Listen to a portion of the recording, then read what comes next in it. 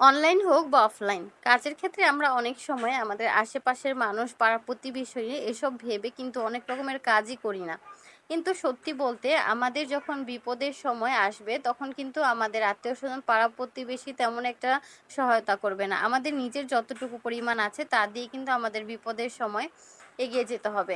তাই আমাদের কিন্তু কাজের ক্ষেত্রে কে কি বলল না বলল সেটা না ভেবে আমাদের কাজের ক্ষেত্রে এগিয়ে যেতে হবে, পরিশ্রম করতে হবে, তাহলেই কিন্তু সফলতা আসবে। অনেকে দেখা যায় অনলাইনে আমাদের ফ্রেন্ডরা কি ভাববে বলে কাজ অল্প একটু করে তারপর রেখে দেয় আর কিছুই করি না। কিন্তু জানেন তো এক একটা সময় কিন্তু আমাদের জন্য অনেক জরুরি। তাই একটা দিন বসে না থেকে আমরা যদি একটু হলেও পরিশ্রম করি এটা আমাদের সফলতার দিকে একটু হলেও এগিয়ে নেবে। এই কারণে কে কি বলল না বলল এটা না ভেবে অনলাইন জগৎ বা অফলাইন জগৎ আমাদের কিন্তু কাজ করে যেতে হবে। কাজ করলেই কিন্তু সফলতা আসবে, সুখ আসবে।